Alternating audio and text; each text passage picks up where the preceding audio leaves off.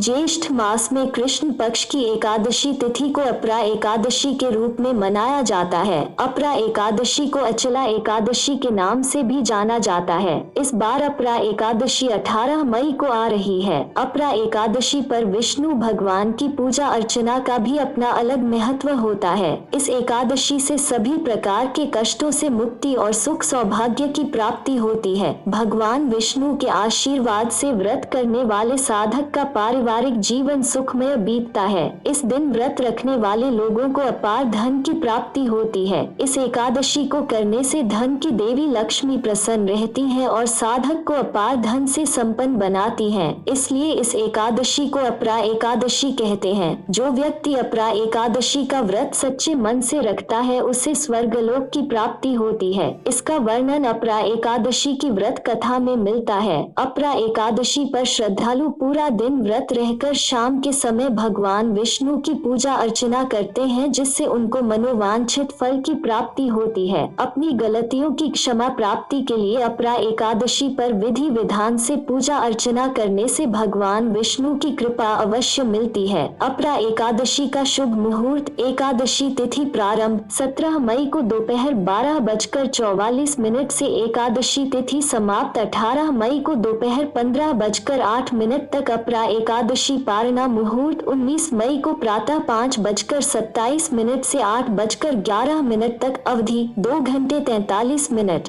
अपरा एकादशी की पूजा विधि। अपरा एकादशी पर भगवान विष्णु की पूजा एक दिन पहले दशमी तिथि की रात्रि से ही शुरू हो जाती है। दशमी तिथि के दिन सूर्यास्त के बाद भोजन ग्रहण नहीं करना चाहिए। सुबह सूर्योदय से पहले उठें और अपने स्नान के जल में गंगा जल मिलाकर स्नान करें और साफ कपड़े पहनकर विष्णु भगवान का ध्यान करना चाहिए। पूर्व दिशा की तरफ एक पटरे पर पीला कपड़ा बिछाकर भगवान विष्णु की फोटो को स्थापित करें। इसके बाद धूप दीप जलाएं और कलश स्थापित करें। भगवान विष्णु को अपने सामर्थ्य के अनुसार फल फूल पान सुपारी नारियल लौंग आदि अर्पण करें और स्वयं भी पीले आसन पर बैठ जाएं। अपने दाएं हाथ में जल लेकर अपनी मुश्किलों को खत्म करने की प्रार्थना भगवान विष्णु से करें। पूरा दिन निराहार रहकर शाम के समय अपरा एकादशी की व्रत कथा सुने और फलाहार करें। शाम के समय भगवान विष्णु की प्रतिमा के सामने एक गाय के घी का दीपक जलाएं। अपरा एकादशी के दिन बरतें ये सावधानियां। अपरा एकादशी के दिन देर तक ना सोएं। घर में लहसुन प्याज और तामसिक भोजन बिल्कुल भी ना बनाएं। एकादशी की पूजा पाठ करते समय साफ सुथरे कपड़े पहनकर ही पूजा करें। अपरा एकादशी का व्रत विधान करते समय परिवार में शांतिपूर्वक माहौल बनाए रखें।